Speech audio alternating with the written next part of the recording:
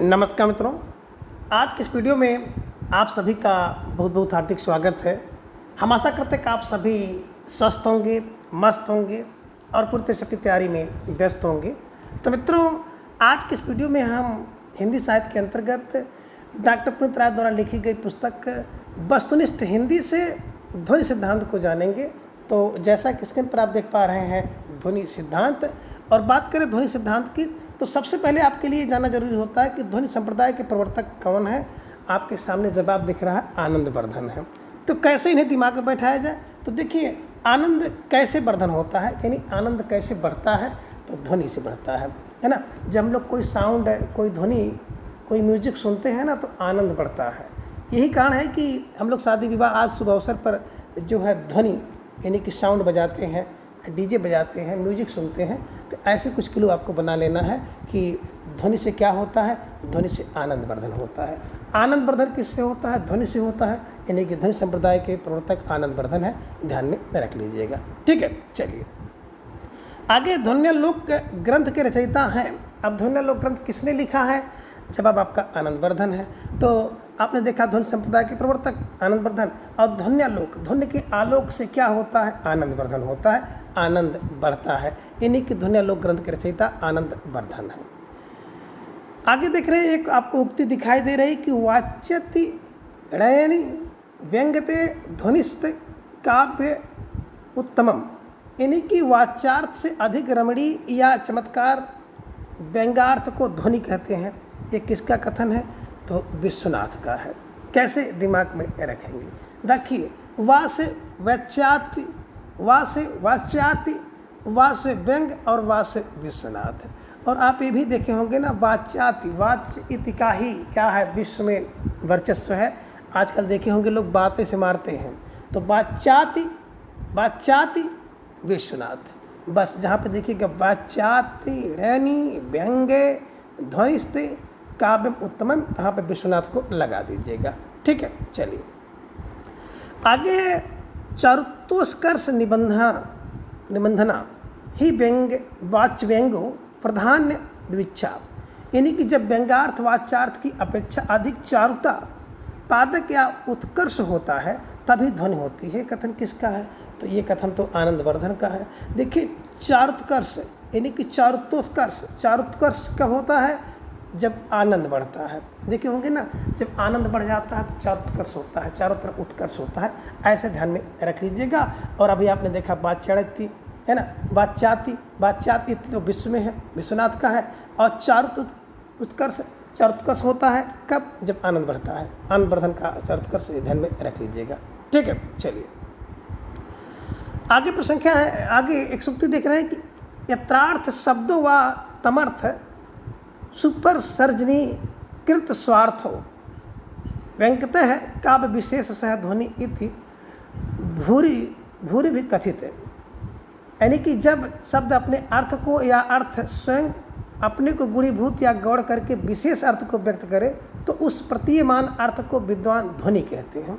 ये भी देखिए आनंदवर्धन जी की परिभाषा है, आनंदवर्धन जी की उक्ति है। तो यथार्थ शब्दों व तमर्थम, यथार्थो शब्दों व तमर्थम, जहाँ पे शब्द और अर्थ हो वहाँ पे आनंद बढ़ता है। यत्रार्थ शब्दों व तमर्थम, यत्रार्थ शब्दों व तमर्थम, वहाँ पे आनंदवर्धन होता है। जहाँ पे शब्द हो और उसका अर्थ भी हो वहाँ पे आनंदवर्धन होता है। ऐसे क्लू बना करके आपको रखना है कि यथार्थ शब्दों व तमर्थम, यहाँ पर आनंदवर्धन होता है। आनंदवर्धन जी की पंक्ति है, ध्यान में रख लीजिएगा, ठीक है। आगे, ध्वनि शब्द का प्राचीनतम प्रयोग किस ग्रंथ में मिलता है? तो बिल्कुल अथर्ववेद में मिलता है। अथर्ववेद में सबसे बाद का जो वेद है, ऋग्वेद, सामवेद, यजुर्वेद, अथर्ववेद, तो अथर्ववेद में ही सबसे है ना पहले जो है ध्वनि शब्द का प्रयोग मिलता है। ध्यान में रखिएगा, चारों में जो अंतिम वेद था। आगे, ध्वन्यालोक की टीका जो है ध्वन्यालोक लोचन किसने किया था? तो अभिनव गुप्त ने किया था, है ना। ध्वन्यालोक लोचन किसका है? अभिनव गुप्त है। देखिए अभिनव करते हैं, अनुभव करते हैं। ध्वन्यालोक का लोचन का अनुभव करते हैं, मैंने आपको बताया था, अनुभव अभिनव, ठीक है। चलिए नया लोचन। अभिधा के अंतर्गत ही लक्षणा एवं व्यंजना को समाहित कर किस ध्वनि विरोधी आचार्य ने अपने को विचित्र अभिधावादी कहा है? देखिए, अभिधा के अंतर्गत क्या किया? लक्षणा और व्यंजना को समाहित कर लिया और स्वयं को कह दिया कि विचित्र अविधावादी। कौन कहा? कुंतक। यही कुंतक है जिन्होंने वक्रोक्त संप्रदाय की स्थापना की है। तो विचित्र कौन है? अविधावादी। अविधावादी विचित्र है। क्यों? क्योंकि वो कुंतल भर लिए रहते हैं। कुंतल भर लेने के कारण व्यक्ति विचित्र होता है। तो विचित्र अविधावादी कुंतक है, ध्यान में रख लीजिएगा। ध्वनि सिद्धांत का प्रादुर्भाव व्याकरण के अस्फोट सिद्धांत से हुआ। अस्फोटवादियों ने ध्वनि सिद्धांत का प्रादुर्भाव अस्फोट से हुआ है, ये ध्यान रखिएगा। सिद्धांत का प्रादुर्भाव अस्फोट से हुआ है। ध्वनि शब्द का प्रयोग सबसे पहले कहाँ पर? अथर्ववेद में हुआ है, ये भी ध्यान में रखिएगा। अब अस्फोटवादियों ने शब्दों के अभ्यंतर रूप को अस्फोट कहा है। जिससे अर्थ प्रस्फुटित हो वही अस्फोट है। तो ध्वनि अस्फोट का बाह्य रूप है। अब ध्वनि अस्फोट का बाह्य रूप है और अस्फोट क्या है? अभ्यंतर रूप है, जिससे अर्थ प्रस्फुटित होता है ना। तो ये ध्यान में आप रख लीजिएगा। आगे एक उक्ति देख रहे हैं कि यह संयोग वियोगाभ्याम कड़ई रूप जन्य सह अस्फोट है, शब्द है, शब्द जो ध्वनि इति उच्यते बुधेय। अब देखिए यहाँ पे कह रहे हैं कि व्याकरणों के संयोग और वियोग से, यानी खुलने और बंद से जो अस्फोट उपजनित होता है, उसी शब्द को विद्वानों ने ध्वनि कहा। ये कथन किसका है? तो भर्तहरि का है। भर्तहरि का। भर्तहरि ने क्या कहा कि संयोग और वियोगाभ्याम। अब देखिए हरि से ही लोग का संयोग और वियोग होता है। आत्मा का जो संयोग वियोग होता है हरि से होता है। तो संयोगा वियोगाभ्याम जैसे देखिएगा तुरंत हरि को याद कर लीजिएगा। और हरि कौन है? एक हरि है, भर्तहरि। ये ध्यान में रख लीजिएगा। भर्तहरि का कथन है। किस आचार के अनुसार जो ध्वनि में पदार्थ की प्रतीत कराती है उसे शब्द कहते हैं, अतः ध्वनि शब्द है। ये ध्यान में रख लीजिएगा। किस आचार्य ने कहा? ये ध्यान में रखिएगा कि जो ध्वनि की पदार्थ की प्रतीत कराती है उसे शब्द कहते हैं, अतः ध्वनि शब्द है। और इसके बारे में इन्होंने एक युक्ति भी कही कि प्रतीत पदार्थ को लोके ध्वनि शब्द उच्यते। अब प्रतीत पदार्थ को लोके ध्वनि, ये पतंजलि ने कहा। पतंजलि ने कहा कि पा से प्रतीत पदार्थ को पतंजलि, पा से पतंजलि, पा से प्रतीत पदार्थ को, ऐसे ध्यान में आपको बैठाना है और निश्चित रूप से इनको एक बार कंठस्थ कर लेना है।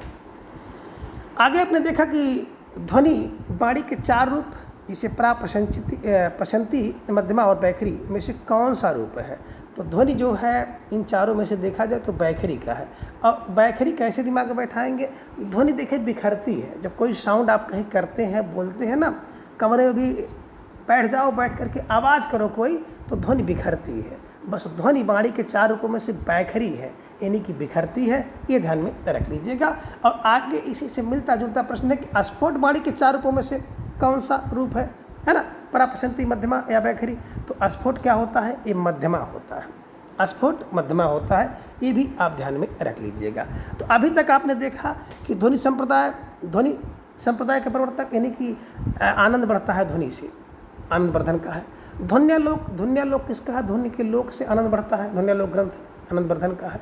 एक आपने उक्ति देखी थी वाच्याति, है ना, वाच्यात विश्वनाथ का, चरुत्कर्ष आनंद वर्धन का, है ना। यत्र शब्दार्थो, वहाँ पे आनंद बढ़ेगा। ध्वनि शब्द का सबसे पहले प्रयोग अथर्ववेद में हुआ, ये आपने देखा। ध्वन्यालोक की टीका ध्वन्यालोक लोचन नाम से अभिनव गुप्त ने किया, है ना। तो ये सब ध्यान में आप रख लीजिएगा। और एक ने अभी आपने देखा कि यहाँ संयोग वियोगाभ्याम, यहाँ जहाँ पे संयोग वियोगाभ्याम हो, है ना, वहाँ पे हरि होंगे, हरि। तो जहाँ पे संयोग वियोगाभ्याम हरि हरि हरि भर्तहरि। और अभी आपने देखा प्रतीत पदार्थ को पतंजलि का। तो ये सब क्लू बिल्कुल आपको दिमाग में रखना है, ताकि आपके मस्तिष्क में हमेशा के लिए छप जाए, और अगर परीक्षा में पूछ ले तो आप उसको सही कर पाओ। मित्रों, हिंदी में ढेर सारे तथ्य होते हैं और सारे तथ्यों को आसानी से याद कर पाना बहुत कठिन होता है ना। इसलिए आपके लिए ज़रूरी बनता है कि थोड़ा सा क्लू बना करके उसको अपने दिमाग में बैठा लें, है ना। आगे व्याकरण के वाक, यानी कि वाणी के कितने प्रकार माने गए हैं? तो 4 प्रकार अभी आपने देखा, प्राप्रशंति, मध्यमा और बैखरी। और इसके बारे में भी देखा कि ध्वनि वाणी का कौन सा रूप है? तो आपने कहा ध्वनि बिखरती है, बैखरी है। आपने देखा कि अस्फोट वाणी के 4 रूपों में से कौन सा अस्फोट मध्यमा है। तो ये भी आपको ध्यान में बैठाना है, हो सकता है किसी परीक्षा में आपको प्रश्न मिल जाए।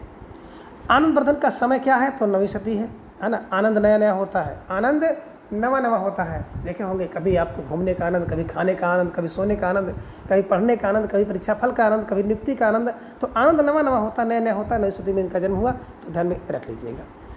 आगे ध्वन्यालोक 4 उद्योतों में विभक्त है।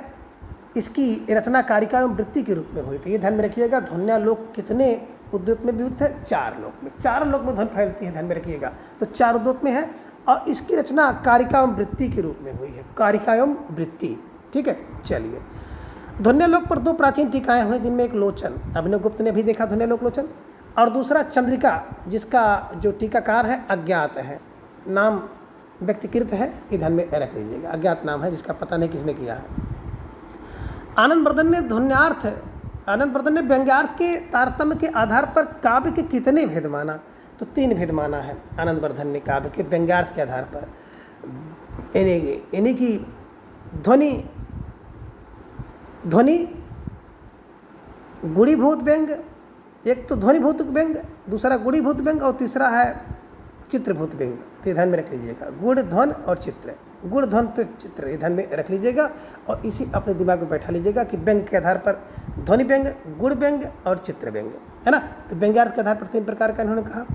और आनंदवर्धन ने ध्वनि के कितने प्रकार बताए? तो ध्वनि के इन्होंने प्रकार की बात करते हैं तो प्रकार भी इन्होंने 3 बताया कि एक तो वस्तु ध्वनि है, अलंकार ध्वनि है, रस ध्वनि है। ये ध्यान में रख लीजिएगा कि आनंदवर्धन ने ध्वनि के कितने प्रकार बताए। तो एक तो वस्तु ध्वनि, अलंकार ध्वनि, रस ध्वनि, ठीक है। चलिए, आनंदवर्धन ने ध्वनि के 3 प्रकाश, वस्तु ध्वनि, अलंकार ध्वनि, एक तो वस्तु ध्वनि, अलंकार ध्वनि, रस ध्वनि में किसे काव्य का परम तत्व के रूप में मान्यता दी? तो रस ध्वनि को जो परम तत्व की मान्यता दी है। अभी आपने देखा 3 ध्वनि, वस्तु ध्वनि, अलंकार ध्वनि, रस ध्वनि। रस में सबसे अगर परम तत्व की बात की जाए तो रस ध्वनि को इन्होंने जो है मान्यता दी है। अभिनवगुप्त ने ध्वनि के कितने भेद बताए? 35, 3 5। देखिए, ध्वनि जब कोई व्यक्ति ध्वनि करता है ना, लोग कहते हैं 3 5 ना करो, तो 3 5 ध्वनि के भेद बताए। 3 5 मैंने 35 ध्वनि, ध्यान में रख लीजिएगा। किस आचार्य ने तात्पर्य शक्ति को ध्वनि से अभिन्न मानकर तात्पर्य के अंतर्गत ही ध्वनि का विवेचन करते हुए तात्पर्य के 3 भेद किए? अवधीयमान, प्रतीयमान और ध्वनि रूप तात्पर्य। तो ये देखिए, भोजराज ने 3 भेद बताया। एक तो बताया अवधीयमान है, दूसरा प्रतीयमान है, तीसरा ध्वनि रूप है। ये ध्यान में आपको रखना होगा भोजराय का। किसने ध्वनि या व्यंग्यार्थ को तात्पर्य से अभिन्न माना? तो भोजराज ने क्या किया कि ध्वनि या व्यंग्यार्थ को तात्पर्य से अभिन्न मान लिया है ना। किस ध्वनिवादी आचार्य को ध्वनि प्रस्थान प्रमाचार्य के रूप में प्रतिष्ठित किया गया? तो मम्मट है। मम्मट को ध्वनि प्रस्थान प्रमाचार्य के रूप में प्रतिष्ठित किया गया है। ये भी आपको ध्यान में रखना होगा। और मम्मट ने ध्वनि के शुद्ध भेदों की संख्या कितनी बताई? 51 बताई है। ये ध्यान में रखिएगा, 51, है ना। ऐसे कुछ क्लू बनाना है कि मम्मट ने ध्वनि के शुद्ध भेदों की संख्या 51 बताई है, ध्यान में रखना होगा। और पंडित जगन्नाथ ने काव्य के कितने भेद किया? तो पंडित जगन्नाथ ने काव्य के 4 भेद किया। एक तो उत्तमोत्तम, उत्तम से भी उत्तम, दूसरा उत्तम, तीसरा मध्यम और चौथा है अधम। तो उत्तम, मध्यम, अधम तो आप जान ही रहे हैं। एक बढ़ा लीजिएगा उत्तमोत्तम, ठीक है। ये पंडित जगन्नाथ, है ना, जगन्नाथ के 4 का भेद है, ध्यान में रख लीजिएगा। आचार्यों ने व्यंग्यार्थ की प्रधानता, गौड़ता एवं अभाव के आधार पर काव्य के कितने भेद किए? तो 3 भेद किए हैं। जो आचार्यों ने किया हो 3 भेद किया, उत्तम, मध्यम और अधम। उत्तम, मध्यम, अधम, है ना। लेकिन जगन्नाथ ने उत्तमोत्तम भी 1 बढ़ा दिया, 4 कर दिया है, ठीक है। जगत के नाथ चारों लोक में है, तो चारों से 4 बनाइएगा। हिंदी में ध्वनि के शास्त्रीय स्वरूप का सर्वप्रथम विवेचन किसने किया? तो शास्त्रीय स्वरूप का विवेचन सबसे पहले करने वाले अगर कोई हैं तो चिंतामणि है ना। हिंदी में ध्वनि शास्त्रीय का स्वरूप का विवेचन किसने किया? रीति का विवेचन कुलपति ने किया था और ध्वनि का विवेचन चिंतागण, ठीक है ना। तो ध्यान में रख लीजिएगा, जब कोई व्यक्ति ध्वनि करता है ना तो बड़ी चिंता होती है, कहाँ ध्वनि आ रही, कहाँ आवाज़ आ रही, कहाँ से हो रहा है। ऐसे क्लू बनाइएगा, ठीक है।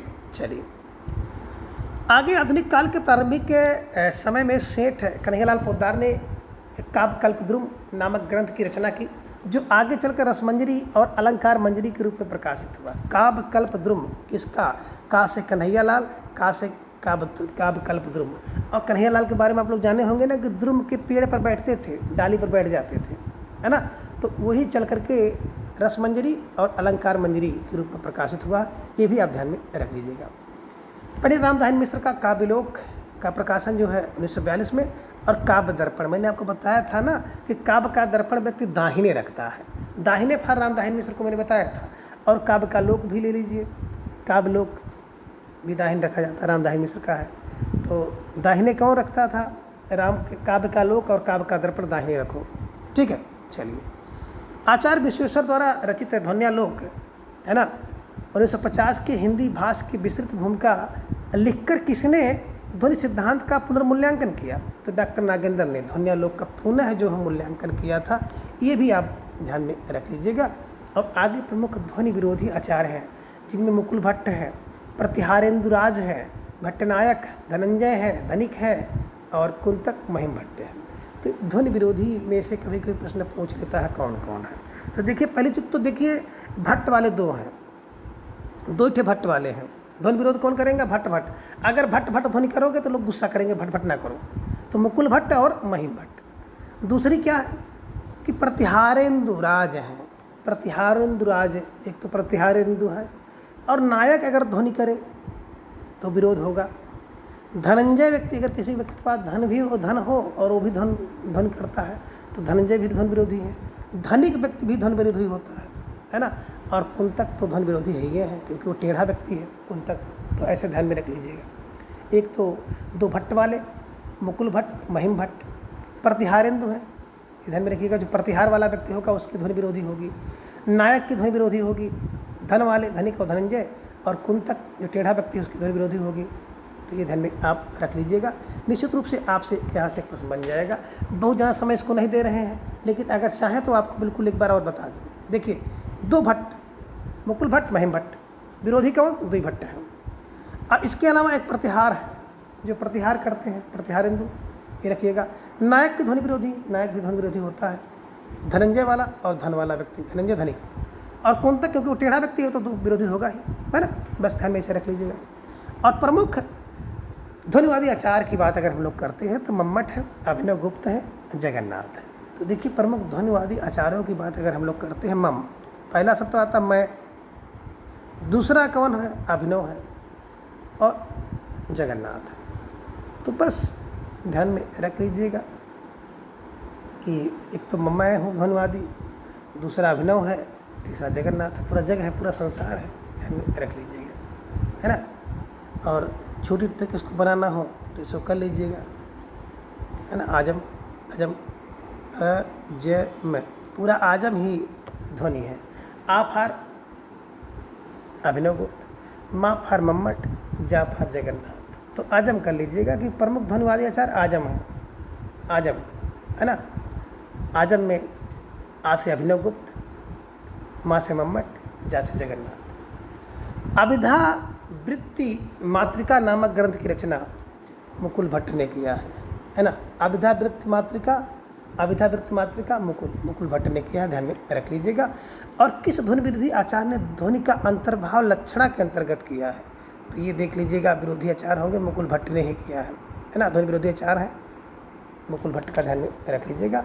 और इनको बिल्कुल ऐसे ही कंठस्थ कर लीजिएगा कि ये ध्वनि विरोधी आचार्य है, लेकिन ध्वनि का अंतर्भाव लक्षणा के अंतर्गत इन्होंने किया है, ठीक है। चलिए, आगे है उद्भट कृति काव्य अलंकार सार संग्रह की टीका लघुवृत्ति का प्रणयन किसने किया? देखिए, लघुवृत्ति अलंकार सार संग्रह उद्भट से अलंकार का काव्य संग्रह कर, मैंने बताया था उद्भट का है, उद्भट से काव्य अलंकार का सार संग्रह कर, है ना। इसकी टीका जो है लघुवृत्ति प्रतिहारेंदु ने किया है। और प्रतिहार व्यक्ति हैं जो कि ध्वनि विरोधी हैं, आपने भी देखा था, ठीक है। चलिए, आगे किस ध्वनि विरोधी आचार्य ने ध्वनि सिद्धांत का खंडन करते हुए इसके अंतर्गत अलंकार में किया? तो वही प्रतिहारेंदु है, अलंकार में किया है, ध्यान में रख लीजिएगा। हृदय दर्पण नामक ग्रंथ की रचना किसने की?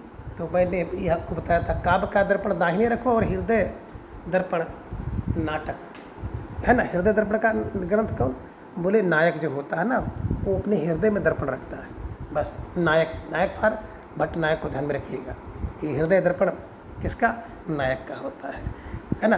काव्य दर्पण बिल्कुल दाहिने रखा जाता है, तो ध्यान में रख लीजिएगा। तो ऐसे कुछ किलो बनाएंगे तो निश्चित रूप से आपके दिमाग में बैठ जाएगा। धनंजय रचित 10 रूपक की टीका अवलोक की रचयिता कौन है? तो धनिक है ना। अवलोक कौन करता है? बिल्कुल 10 रूपक का अवलोक धनिक लोग धन के 10 रूप बताते हैं। तो धनंजय का 10 रूप, धन के 10 रूप मैंने बताया था, धनंजय का 10 रूपक। और वो किसके पास होता है उसका अवलोक? धनिक के पास होता है। तो धा से धनंजय, धा से धनिक ने उसकी टीका की अवलोक नाम से। बस ऐसे ट्रिक में आपको बनाने ला। किस ध्वनि विरोधी आचार्य ने तात्पर्य शक्ति में ध्वनि के अंतर्गत सिद्ध किया? धनिक, धनंजय और धनिक ने। धनंजय, धनिक उनके शिष्य थे। किस ध्वनि विरोधी आचार्य ने व्यंजना का अंतर्भाव अभिधा में किया? तो कुंतक ने किया है। कुंतक ने, ध्वनि विरोधी आचार्य ने व्यंजना का अंतर्भाव अभिधा में किया है, कुंतक। व्यक्ति विकेत के रचयिता कौन है? व्यक्ति विवेक मैंने बताया था, जिस व्यक्ति में विवेक होगा ना वो महिमा वाला व्यक्ति होगा, महिम भट्ट। उससे महिमा मिलेगी, भट्ट से महिमा मिलेगी। अगर आपके अंदर विवेक है ना तो आपकी महिमा होगी, ध्यान में रखिएगा। किस ध्वनि विरोधी आचार्य ने अनुमान या अनुमति में ध्वनि के समस्त भेदों का अंतर्भाव सिद्ध करने का प्रयास किया था? तो महिम भट्ट ने किया था, ध्यान में रख लीजिएगा। और हिंदी वक्रोक्त जीवित की भूमिका किसने लिखी? तो हिंदी वक्रोक्त जीवित की भूमिका डॉक्टर नागर ने लिखी है, ये भी आपको ध्यान में रखना होगा। अनुमानवादी आचार्य कौन थे? महिम भट्ट थे, है ना। जिस व्यक्ति के अंदर क्या होगा, महिमा होगी ना, वो अनुमानवादी आचार्य होगा। ऐसे कुछ किलो आपको बनाना होगा। रुयक के अलंकार सर्वस, है ना। अलंकार का सर्वस क्या है? सब रुपया है, मैंने बताया था, रुपया ही है रुयक। इसकी टीका लिखी गई विमर्शनी टीका। किसने लिखा था? तो जयरथ ने लिखा था, जयरथ ने लिखा था। विरोधी कितने मतों का उल्लेख किया है? 12 विरोधी, है ना। आगे अनंत वर्धन ने ध्वनि विरोधी 3 मतों का उल्लेख किया। अभिधावादी, है ना। कौन कौन से एक देखेंगे? अभाववादी, भक्तिवादी, अलक्षणीयतावादी, जिसे अनिर्वचनीयतावादी भी कहा जाता है। इनमें अभाववादी को विपर्य मूलक भी कहते हैं, भक्ति को संदेह मूलक तथा अलक्षणीयवादी को अज्ञान मूलक कहा गया है, ये ध्यान में रख लीजिएगा। और अगला प्रश्न है, किस ध्वनि विरोधी मत में ध्वन्यमान अर्थ यानी कि ध्वनि को लक्षणा या गौणी वृत्ति प्रतीत होने वाला गौण विभक्त कहा है? तो बिल्कुल भक्तिवाद को कहा गया है, ये ध्यान में आप रख लीजिएगा। तो मित्रों, आज की इस वीडियो में बस इतना। अगले वीडियो में हम इसके अगले भाग यानी कि रस संप्रदाय को जानेंगे। तब तक के लिए आप सभी अपना ख्याल रखिए और अपना अधिक से अधिक समय अपने अध्ययन पर लगाएं। अपना प्रेम स्नेह विश्वास इस तरह से चैनल पर बनाए रखें। धन्यवाद, नमस्कार, बाय बाय।